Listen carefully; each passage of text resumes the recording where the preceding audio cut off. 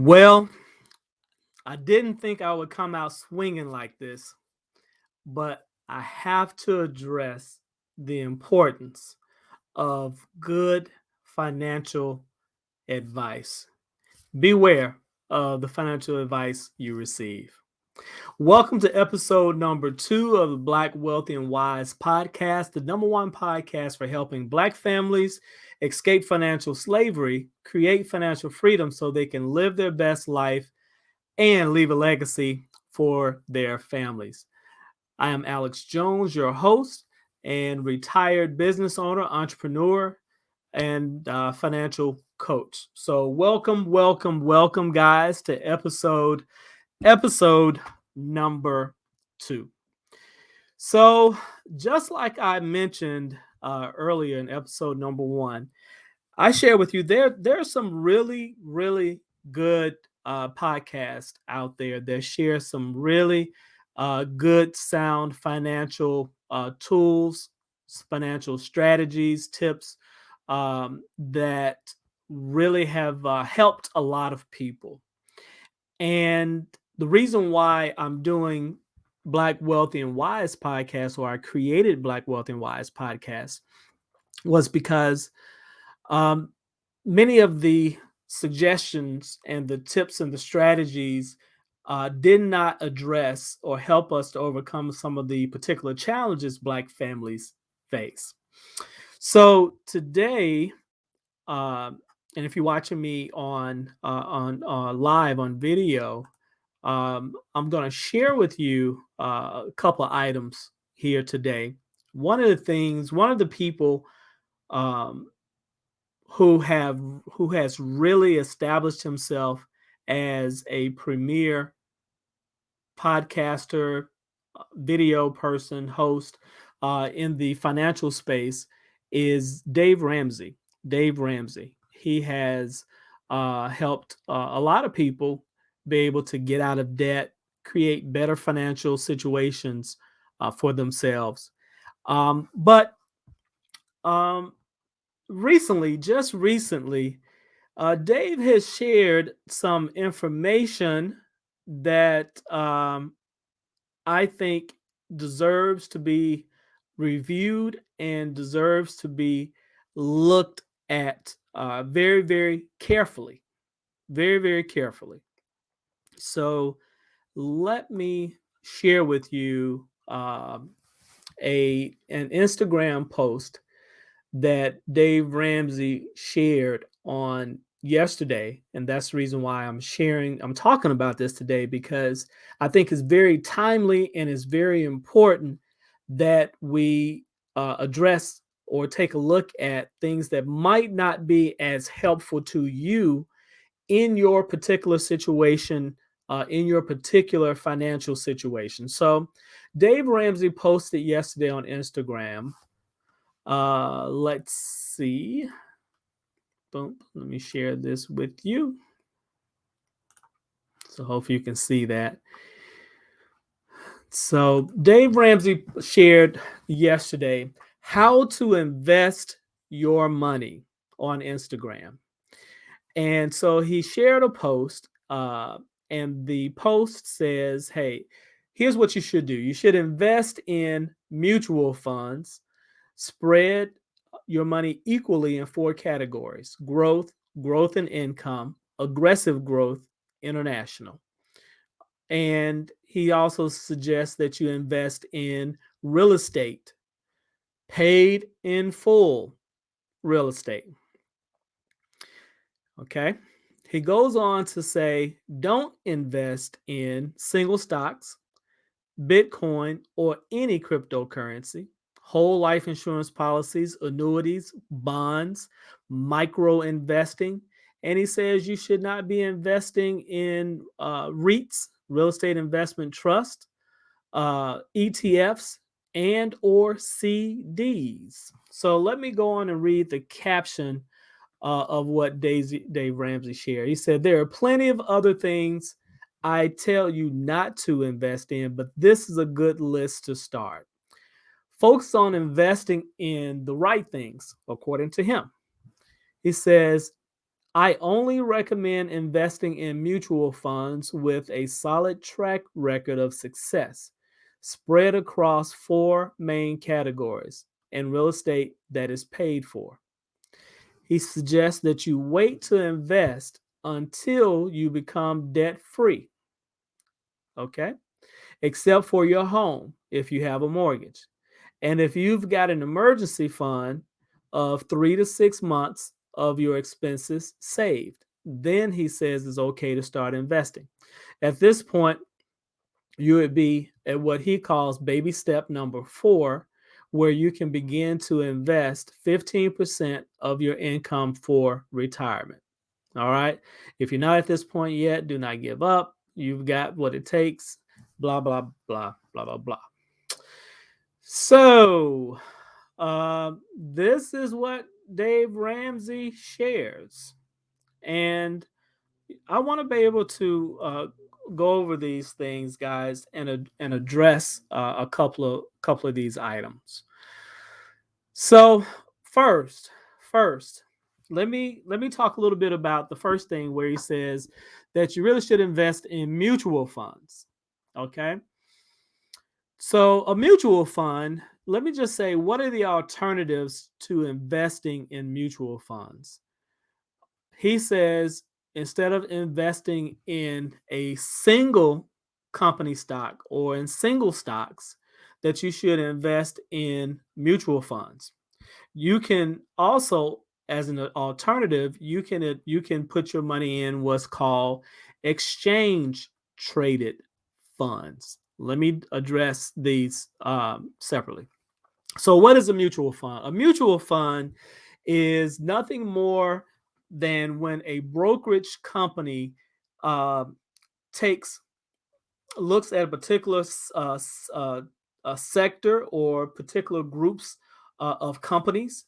They will buy a particular group of companies, and they take a pool of money and they invest that money based on certain criteria. Okay. If they want to invest in companies that have high growth potential, then they have a mutual fund for that. If they want to invest in companies that have growth and companies that will pay you some income or what's called a dividend, they would invest in growth and income. You start to get the idea. So these are funds that are actively managed by money managers, and their job is to try and get as much of a return for the money that is invested. Their job is to try to get as much of a return as they possibly can for the people in the fund. Okay. Now, Warren Buffett, if you don't know who he is, Warren Buffett, he is the 10th richest person on the planet. Let that sink in. The 10th richest person on the planet. Back in 2008, Warren Buffett recommended and suggested that everyone invest their money in what's called an index fund. Okay? An index fund is the cousin to the mutual fund. The only difference between an index fund is that the index fund, it invests the money in indexes that follow particular same way with mutual funds that follow or mimics the behavior of certain markets, right? It could say the S&P 500 is a collection of the top 500 companies, okay? And so if you want your money to give you a return that is similar to the S&P 500, then there is an index fund that buys companies in the same proportion as the S&P 500. And so it's going to give you the same return or similar return as the S&P 500, for instance, or it could be the Dow Jones, or it could be any other market index. Okay. Now, the idea behind that is the monies would not be actively managed by a money manager. It's only going to is only set up to give you the same or similar results as something else in the market. The S&P 500, the Nasdaq, the Dow Jones is going to be indexed to one of the other markets. Okay, so the ETF is actually traded on the stock exchange. Okay, so that's how the value of the stock exchange or the ETF is created. You would look and see what it's trading at for this particular day at this particular time, and you buy it. Okay, so another way of looking at ETFs is you may not know which company is a good company to buy in the technology sector or the energy sector or the financial sector. So instead of you trying to figure out which one of the companies to buy, you can buy an ETF, and the ETF would actually buy a group of stocks or a group of companies. And so you would get basically, instead of you trying to pick out which one is going to be the best one to buy, then what you're going to do is the ETF is going to put together a whole fund, and it's going to buy a group of stocks, companies that might be in a particular sector. Okay. So instead of you trying to figure out which ones are going to be the winners, you don't have to do that. You just buy a slice of the whole pie. Okay. That's what an ETF does. And it's not actively managed. Okay. It's once the proportions and the percentages are set within the fund, it's going to be what it's going to be. Now, Warren Buffett has said the index fund would beat any actively managed mutual fund or hedge fund over time. And he was so convinced about it that he made a bet. He said, hey, if anybody can beat the return associated with uh, any money manager, if they can beat the return that an index fund would give you over a 10-year period, I'll pay you $1 million. And if you can't, you owe me $1 million. All right. And so that was back in 2008. Well, that bet went on 4 years into the bet. Warren Buffett was behind. Okay. It wasn't looking too good. But another 2 or 3 years into the bet, things started to change around. And then obviously by 2017, 2018, right around 9 or 10 years later, the difference uh, was so big between the index fund and the mutual fund or the hedge fund manager that there was no way he was going to be able to catch up. So essentially, he's saying, hey, the mutual fund, yes, the index fund has beat the mutual fund, and no one was able to beat it. All right. So Warren Buffett, the 10th wealthiest person on the planet, highly thinks that mutual funds are not the way to go, that index funds are the best way. All right. So that's number one. And number two, mutual funds actually wind up costing more in terms of taxes, fees, and other what they call loads, another fee. Mutual funds are anywhere between 6 to 10 times more, 3 to 10 times more expensive than an index fund. Okay. So, um, those are some things that you really should look at and consider when you are thinking about buying an index fund or an ETF versus the mutual fund. Okay. And here's the thing, the mutual funds, when you continue to pay expenses associated with them managing your fund, you're gonna pay those expenses whether it beats the market or not. So the smart thing would be is to invest in the market and let the market return you what it does, and you wind up paying less fees over time. So that's number one. That's one of the reasons why I disagree with this bit of advice. Number two, number two. Um, Mr. Ramsey says, hey, you should not start investing until you have completely paid off all your debt except your mortgage. So, what if it winds up taking you 5 years, 10 years before you're actually at a place where you can start investing? Well, you have now just missed 5 or 10 years of growth that you could put or return you could potentially have on your investments. Furthermore, he says that you should not invest in real estate um, as an investment unless you have the ability to buy those properties with cash. Now, let me ask you, when was the last time you were able to buy a house with cash? See, these are ideas. These ideas were really good ideas probably 20 years ago, 25 years ago. But in today's climate where the median home purchase is roughly 350,000 dollars. So you mean to tell me you can't invest in real estate until you've saved up $350,000? I believe that is not the best way to go. Real estate is the number one way families are able to build wealth. And so he is saying that you should not be able to, or you should not be investing in real estate until you're able to pay cash. I disagree.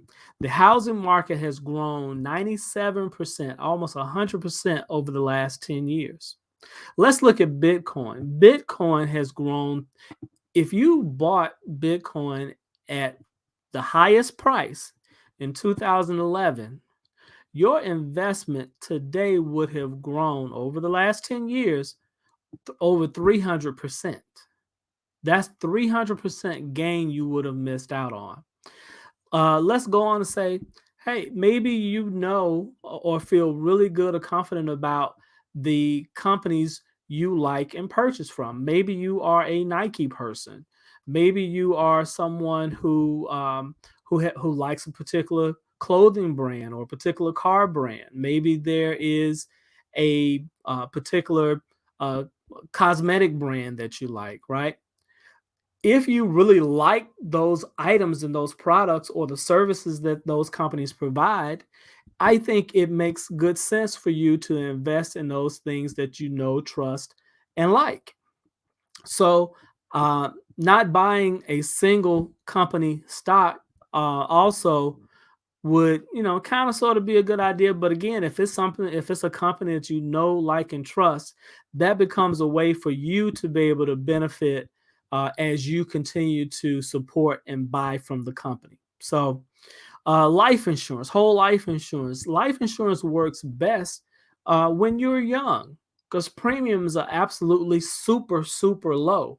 So when you have a whole life policy or an index universal life policy that is overfunded, you're actually able to build up cash value in that policy that becomes a very, very valuable tool associated with building wealth and being able to become your own bank. He also says no REITs. A REIT, real estate investment trust, is very similar to a mutual fund, right? Or an investment fund that invest in different types of real estate.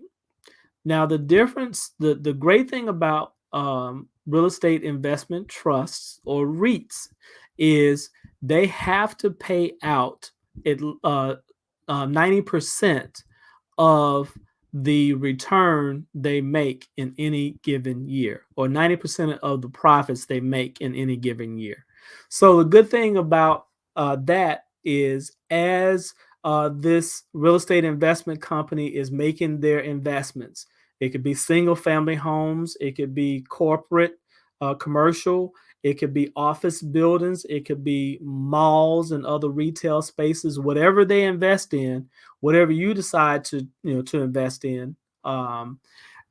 Those 90% of the rents and everything that are paid throughout the year after expenses must go back to people who have invested in the real estate investment trust. That would be you.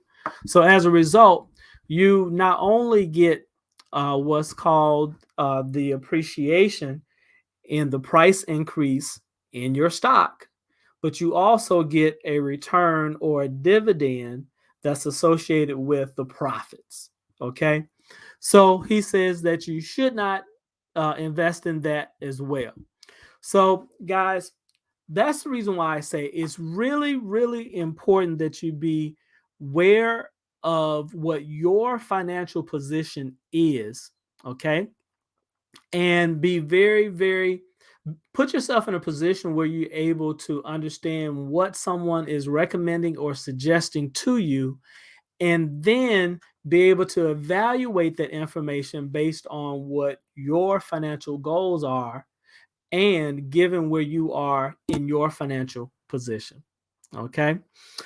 So, hey, listen, if you're not sure where you stand financially and you want more insight as to how you can improve your finances, I actually have a free financial assessment that you can take in the privacy of your own home. It's simple, easy, it takes maybe 4 minutes. If you go to alexbjones.com/fitness, FITNESS. Okay. You can take that self assessment and it's going to give you some really good insight as to where you are in your financial situation and what areas you might need to strengthen. All right. Again, that's alexbjones.com/fitness. Go and check it out and take the financial assessment, and I think you will really get some good insight from that. Okay. So as always, let me hear from you. Let me hear what your questions, your comments, your feedback is as relates to this particular Dave Ramsey recommendation, or what your thoughts are about what he's shared or what I have shared. But again, I just really want to be able to stress the importance of really taking in good information from reputable, from solid people, and then taking that information and evaluating it based on your financial position and your overall financial goals. All right. Go ahead, take a look at that financial fitness assessment. And as always, thank you for being here. Take care. God bless. We'll see you next time. Be great.